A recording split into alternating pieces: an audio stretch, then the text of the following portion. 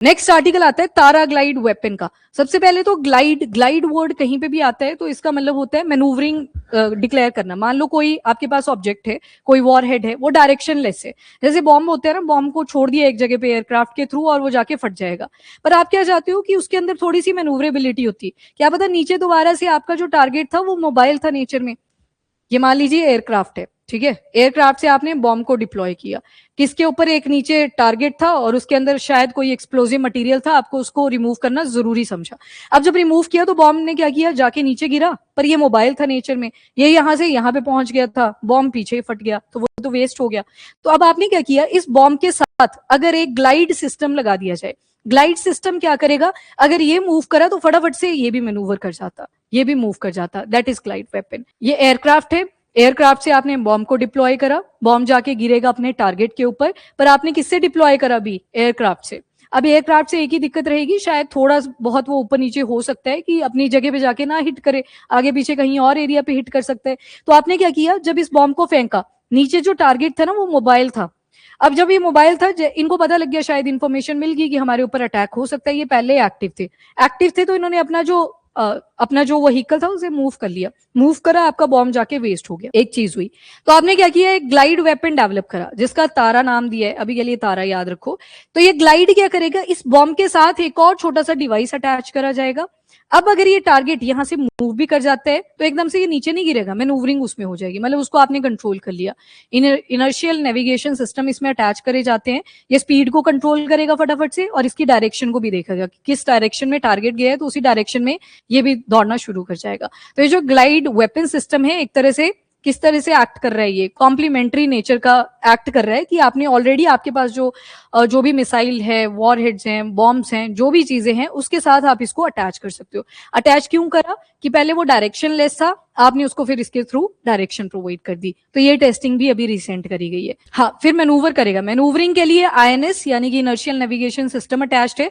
और आपको पता है जब भी इनर्शियल नेविगेशन सिस्टम आता है तो उसमें जो जीपीएस वगैरह है उसकी जरूरत नहीं होती, वो खुद फिर अपना जो ऑल्टीट्यूड है, डायरेक्शन है, उनको कंट्रोल करता है। पर जीपीएस भी इसमें लगा हुआ है ताकि आप ऊपर से भी चेक करते रहो कि मैनूवरिंग प्रॉपर हो रही है नहीं। तो दोनों टेक्नोलॉजी है, आईएनएस भी है, जीपीएस भी अटैच्ड है। अब एक क्वेश्चन है कि क्या नाविक को यूज नहीं करा, तो उसकी देखो इन्फॉर्मेशन वैसे भी पूरी नहीं दी है। न्यूज़पेपर में सैटेलाइट नेविगेशन सिस्टम के साथ स्लैश लगा के जीपीएस लिखा हुआ था, यानी कि ग्लोबल पोजिशनिंग सिस्टम। ठीक है, चलो जी, अब इसको पढ़ लेते हैं। तारा ग्लाइड वेपन सिस्टम तो सक्सेसफुल मेडन फ्लाइट ट्रायल है। अब ये मेडन जब भी वर्ड लिखा है तो फर्स्ट ट्रायल, तो ये जो ग्लाइड वेपन सिस्टम हमने ट्राई करा ये पहली बार की है। ठीक है, सोचो वो ऑलरेडी बॉम्ब बना रखा था आपने, बस उसमें मैनूवरिंग ऐड करनी भूल गई थी, तो वो मैनूवरिंग ऐड करी है किसके थ्रू, तारा ग्लाइड वेपन सिस्टम के थ्रू। मतलब एक मॉड्यूलर किट है ये प्रॉपर, आपने एक छोटा सा पार्ट यूज करना है और वो ऑलरेडी जिसके अंदर आपने वॉर हेड को रखा हुआ है उसके साथ अटैच कर देना है। थोड़ा थोड़ा आइडिया लग गया, अब दोबारा से उसको पढ़ते हैं फिर आपको और समझ आएगा। तो ये किसने कंडक्ट करा, ये डीआरडीओ ने कंडक्ट करा और इंडियन एयरफोर्स ने। जैसे कि मैंने एग्जाम्पल भी किसका लिया, एयरक्राफ्ट का, तो इसमें कौन सी फोर्स इन्वॉल्व होगी, इंडियन एयरफोर्स। और इसे कहां पे करा गया, तो ओडिशा में ही कंडक्ट करा। और फुल फॉर्म क्या है तारा की, तो tactical advanced range augmentation. Tactical word कहीं ना कहीं आपको इंडिकेट कर रहा है कि इसके अंदर मैनूवरिंग ऐड करी है, टैक्टिक्स ऐड करे गए हैं। तो टेक्टिकल एडवांस्ड रेंज ऑगमेंटेशन है ना, अपने में यूनिक सा एग्जांपल है कि ऑलरेडी वो जो ट्रेडिशनल से हम जो भी मिसाइल्स या फिर जो भी यहाँ पे वॉरहेड्स का यूज कर रहे थे, बॉम्ब्स का यूज कर रहे थे, उसमें आपने डायरेक्शन प्रोवाइड कर दी इस तारा का यूज करके। तो टेक्टिकली काफी ज्यादा एडवांस रेंज की ऑगमेंटेशन है, छोटे छोटे पार्ट्स को इसमें असेंबल करा जाएगा, इसीलिए मॉड्यूलर किट भी इसे बोला जाएगा। तो है क्या, तो इंडिया का पहला ग्लाइड वेपन सिस्टम है और ये कन्वेंशनल अनगाइडेड बॉम्ब्स को या वॉरहेड्स को प्रिसीजन गाइडेड वेपन में कन्वर्ट कर देता है। आ गया मैकेनिज्म समझ, अभी भी कोई ऐसा जिसे नहीं पता लगा। जो मैंने आपको पीछे एक डायग्राम बनाई ना छोटी सी, बस उसी को बता रहा है ये।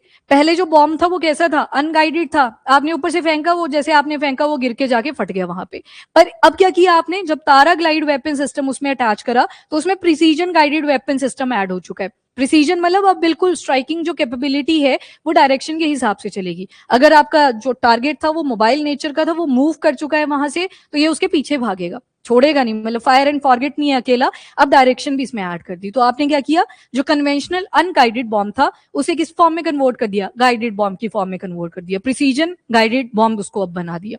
नाउ कैपेबिलिटी, अब ये लगाना जरूरी क्यों था, मतलब हम बॉम्ब्स में कुछ अपग्रेडेशन कर लेते, तो जो प्रोडक्शन होती है वो पहले बल्क में हो रखी होती है, उनको आप वेस्ट नहीं कर सकते। तो आप टेक्नोलॉजी को और ज्यादा अपग्रेड तो कर सकते हो, पर जो ऑलरेडी आपके पास चीजें बनी हुई हैं उसको आप वेस्ट नहीं कर सकते।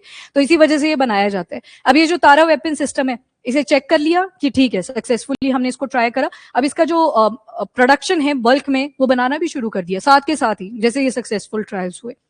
नाउ नेक्स्ट कैपेबिलिटी क्या आएगी, तो एरियल वेपन की एक तो रेंज को इंप्रूव करेगा, क्योंकि इतनी हाइट से जब डिप्लॉय करा जाता है तो चांसेस रहते हैं कि वो अपनी जगह पे शायद ना हिट करे प्रॉपर्ली। इसके बाद एक्यूरेसी इंप्रूव तो होगी, पहले आप सिर्फ गिरा रहे थे, अब उसमें भी डायरेक्शन लगी हुई है कि पीछे भागना भी पड़ सकता है, तो एक्यूरेसी भी मेंटेन होगी। लिथैलिटी यानी कि ज्यादा डेडली नेचर का होगा, अपने जो टारगेट है उसको पक्का ही हिट करके आएगा, उसकी प्रोबेबिलिटी और ज्यादा बढ़ जाती है। और लो कॉस्ट का प्रिसीजन स्ट्राइक कैपेबिलिटी है। आपने बॉम्ब के अंदर टेक्नोलॉजीज को अपग्रेड नहीं करा, उसकी वजह से तो एमिनेशन खराब भी हो सकते हैं। आपने क्या किया, एक अलग से छोटा सा वेपन सिस्टम और बना लिया, तो वो लो कॉस्ट का भी पड़ेगा। जहां पे आप वॉरहेड बनाते हैं, सोचो एक बॉम्ब है, एक मिसाइल है, मिसाइल के अंदर आप चाहते हैं कि और ज्यादा अपग्रेडेशन करते, तो अब मिसाइल वेस्ट होएगी तो पैसा भी ठीक ठाक वेस्ट होगा। पर ये जो तारा है, ये तारा थोड़ा सस्ता है उसके कंपैरिजन में, तो आपने क्या किया, उसी मिसाइल के साथ एक और मैन्यूवरिंग सिस्टम अटैच कर दिया।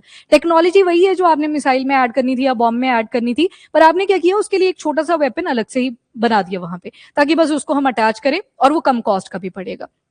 लॉस के चांसेस तो हमेशा रहते हैं। डिफेंस टेक जब आप पढ़ते हो या स्पेस टेक जब आप पढ़ते हो, तो पहली लाइन यही समझाते हैं। दोनों में जो सबसे मेजर डिफरेंस है, स्पेस टेक हमेशा कंस्ट्रक्टिव नेचर की है, उसको आप डिस्ट्रक्शन के लिए थोड़ी यूज करती है। आपको अर्थ को ऑब्जर्व करना है, उसके लिए आपने यूज कर लिया, मिलिट्री को कोई इन्फॉर्मेशन प्रोवाइड करनी है, उसके लिए यूज कर लिया। पर जो मिसाइल बनती है, मिसाइल का तो डिस्ट्रक्टिव ही नेचर होता है, मतलब जब भी जाएगा तो तबाही कॉज करेगा। सिर्फ एक कंस्ट्रक्टिव पर्पज है, क्या, कि आपकी कंट्री के लिए डिफरेंस बनी रहेगी, प्रोटेक्शन बनी रहेगी। तो ये डिफरेंसेस आते हैं। मतलब इसको पैसे की टर्म में यहाँ पे तोला कि लो कॉस्ट का प्रिसीजन स्ट्राइक कैपेबिलिटी आपको तारा ग्लाइड वेपन सिस्टम के थ्रू मिलेगा। एंड रिसर्च सेंटर इमारत डीआरडीओ लैब्स के साथ इन्होंने भी काम करा, और इसी के साथ इंडस्ट्रियल कोलैबोरेशन भी आपको दिखेगी। जैसे कि मैंने बोला, जैसे इसके टेस्ट ट्रायल पूरे सही सक्सेसफुल रहे, तो इनको बोल दिया गया कि प्रोडक्शन और ज्यादा एनहांस कर दी जाए। तो डेवलपमेंट कम प्रोडक्शन पार्टनर्स और इंडिया की डिफेंस इंडस्ट्री ये भी इसमें इन्वॉल्व थी, तो प्रोडक्शन एक्टिविटी ये भी शुरू हो चुकी है। तो जब कोई ट्रायल बहुत अच्छे से सक्सेसफुल रहता है, तो उसके बाद साथ के साथ हम प्रोडक्शन भी शुरू करते हैं। इसके बाद तारा वेपन सिस्टम ये काम कैसे करेगा, तो फर्स्ट ऑफ ऑल ये मॉड्यूलर ग्लाइड वेपन किट है। ग्लाइड वेपन सिस्टम जिसे सेपरेट इंटरचेंजेबल पार्ट्स में बनाया गया है, छोटे छोटे मॉड्यूल्स में। और ये जो छोटे मॉड्यूल्स, एक डब्बा है बहुत बड़ा, उस डब्बे के आपने छोटे छोटे पार्ट्स डिवाइड कर दिए कि कौन सी चीज आपको वॉरहेड के अंदर लगानी है, तो उसको बोल दिया मॉड्यूल। वो जो बड़े बॉक्स में से छोटा सा बॉक्स आपने निकाला, दैट इज कॉल्ड मॉड्यूल। अब ये module different type of bombs या वॉरहेड्स के साथ अटैच कर दिया जाएगा, ताकि जो आपकी प्रिसीजन है, जो पहले कन्वेंशनल फॉर्म ऑफ जो बॉम्ब था आपका, वो अनगाइडेड था, अब आपने उसको कैसा बना दिया, गाइडेड नेचर का बना दिया। इसके बाद वर्किंग मैकेनिज्म क्या रहेगा, तो फाइटर एयरक्राफ्ट इसको रिलीज कर सकते हैं हाई ऑल्टीट्यूड से हाई स्पीड के थ्रू। एंड रिलीज के बाद इसमें फोल्डेबल विंग्स लगे होते हैं। अब जैसे मान लो ये बॉम्ब था, बॉम्ब के साथ आपने तारा जो ग्लाइड वेपन है उसे अटैच कर दिया, मैन्यूवरिंग कैसे करी, तो एरोडायनेमिक्स के लिए फिन सबसे इंपॉर्टेंट रोल प्ले करते हैं। एरोप्लेन्स की भी जब आप मैकेनिज्म देखते हो तो फिन्स के ऊपर फोकस किया जाता है ना, तो इसमें भी फिन्स ओपन करवाए जाते हैं, वो तब जब आपने वॉरहेड को ऑलरेडी गिरा दिए, वही एरोडायनेमिक्स को शो करता है। और एरोडायनेमिक सरफेस एक्टिवेट हो जाता है, उसके बाद जैसे ही नीचे गिरता है तो ये ग्लाइड करता है ओवर द लॉन्ग डिस्टेंस, मतलब सीधा जाके गिरेगा नहीं, फिर उसके बाद मैन्यूवरिंग करेगा प्रॉपर, कि जहां पे है टारगेट वहीं पे जाके मेरे को हिट करना है। तो ये इसका एक इंपॉर्टेंट फीचर है। नाउ गाइडेंस सिस्टम, कोई ना कोई टेक्नोलॉजी तो लगी होगी जो इसको इन्फॉर्मेशन प्रोवाइड करेगी, तो दो तरह की है। एक आ जाएगी आपकी इनर्शियल नेविगेशन सिस्टम जिसे आईएनएस बोलते हैं, और दूसरी आ जाएगी सैटेलाइट नेविगेशन सिस्टम। ये वाली तो साइड में कर लो, ये न्यूज़पेपर में ऐसे ही दी थी जीपीएस, तो नाविक वाला वो पूरा इंफॉर्मेशन वगैरह रिवील नहीं करा गया है कि उसे इंटीग्रेट करा है या नहीं, पर ये ब्रैकेट में लिखा था जीपीएस, मतलब ग्लोबल पोजीशनिंग सिस्टम, जो कि किसका बना हुआ है, यूएस बेस्ड आ जाएगा। पहला आता है इनर्शियल नेविगेशन सिस्टम। ये क्या करेगा, किसी भी मिसाइल, एयरक्राफ्ट या जो भी सबमरीन जहां पे भी यूज कर रहे हैं, स्पेसक्राफ्ट में यूज कर रहे हैं, जिस भी सिस्टम के अंदर यूज कर रहे हैं, ये पोजीशन, स्पीड और डायरेक्शन, जो भी मूवमेंट है, बिना जीपीएस के ऊपर रिलाय रहते हुए हमें प्रोवाइड करता रहेगा। मतलब जीपीएस का काम क्या था, पहले तो जीपीएस को याद करो, जब आप गूगल मैप यूज करते हो क्या होता है, वो आपको डायरेक्शन प्रोवाइड करता है, तो इस केस में जीपीएस यूज होता है। जब इनर्शियल नेविगेशन सिस्टम की बात करते हैं, एरोडायनामिक्स सबसे ज्यादा इंपॉर्टेंट रोल प्ले करती है, ऑल्टीट्यूड को चेक करने में, स्पीड को चेक करने के लिए, प्लस जो टारगेट मूव कर रहा है उसके ऑल्टीट्यूड को चेक करने के लिए, स्पीड को चेक करने के लिए, पर without relying on GPS system. पर बैकअप तो चाहिए होता है अपने को, तो इसी वजह से सैटेलाइट नेविगेशन सिस्टम यानी कि जीपीएस को भी इसमें डिप्लॉय करा हुआ है। पर आईएनएस पे भी काम करेगा, जीपीएस पे भी काम करेगा। मैनूवरिंग के लिए आपने देखा कि फिन निकलेंगे, इसके छोटे छोटे पंख निकल के आएंगे जो कि एरोडायनेमिकली इसकी पूरे सरफेस को एक्टिवेट कर देंगे। तो आईएनएस भी लगा है, सैटेलाइट नेविगेशन सिस्टम भी लगा है। बाकी ये आप ध्यान रखिएगा, ग्लोबल पोजीशनिंग सिस्टम आ गया यूएस का, नाविक आ गया इंडिया का, ग्लोनास आ जाएगा रशिया का, गैलीलियो यूरोपियन यूनियन और बाइडू चाइना का। ठीक है, ये सारे आ जाएंगे इसमें। का कोई मिशन का नाम नहीं है, इसमें सिर्फ तारा ग्लाइड वेपन सिस्टम है। अग्नि 5 का मिशन का नाम इसलिए दिया था मिशन दिव्य अस्त्र, क्योंकि वो यूनिक था अपने में। ठीक है, वो यूनिक था काफी ज्यादा, और कुछ सिलेक्टेड कंट्रीज के ही पास वो टेक्नोलॉजी थी। तो जरूरी नहीं है जब भी कोई वेपन टेस्ट करा जाएगा उसका किसी मिशन के अंडर नाम रहेगा ही रहेगा। ठीक है, तो ये जरूरी नहीं होता। मिशन दिव्य अस्त्र MIRV वो अपने में ही बहुत बड़ा ब्रेक थ्रू था। मतलब ये टेक्नोलॉजी बना लेना, मैंने मेंस के लिए प्रैक्टिस भी करवाई थी यहाँ पे उस क्वेश्चन के ऊपर, मुझे याद है, क्योंकि उसके ऊपर एडिटोरियल आया था कि क्या सिग्निफिकेंस है इसका।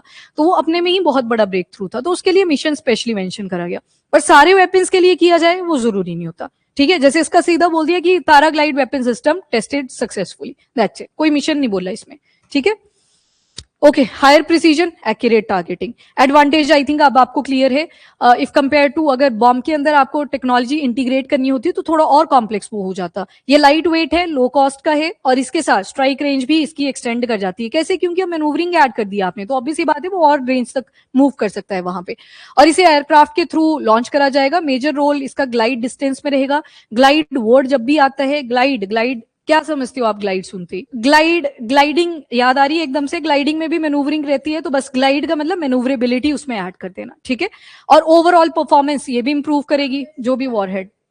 हाँ, पैराग्लाइडिंग, तो वही ग्लाइडिंग को याद कर लो, उसमें भी मैनूवरिंग है ना प्रॉपर, अदरवाइज वो भी फटा तो पता नहीं कहाँ पे जाके गिरेंगे, तो रिस्क तो हमेशा रहता है। तो ग्लाइडिंग है तो मैनूवरेबिलिटी है। ठीक है, चलो जी, बाकी ये फ्लेक्सिबल है वो आपने देख लिया, क्योंकि इसमें हमने एक टाइप ऑफ क्लास नहीं पढ़ी। बॉम्ब मैंने बोला शुरू में, तो वो एक एग्जांपल था आपको समझाने के लिए, पर मैंने मिसाइल वर्ड भी यूज करा, वॉरहेड यूज कर लिया, तो वॉरहेड में तो सारी कैटेगरीज आ जाती है। तो डाइवर्स नेचर ऑफ वॉरहेड्स में आप इस तारा ग्लाइड वेपन सिस्टम का यूज कर सकते हैं, तो ये फ्लेक्सिबिलिटी प्रोवाइड करता है। बाकी आत्मनिर्भरता ये भी बूस्ट हुई, और प्रिसीजन स्ट्राइक कैपेबिलिटी भी इंप्रूव हुई, और साथ में बोला बल्क में बना दो, बल्क में बनाया तो प्रोडक्शन आपने मेड इन इंडिया बूस्ट करवाई। ठीक है, तो इंपॉर्टेंट था।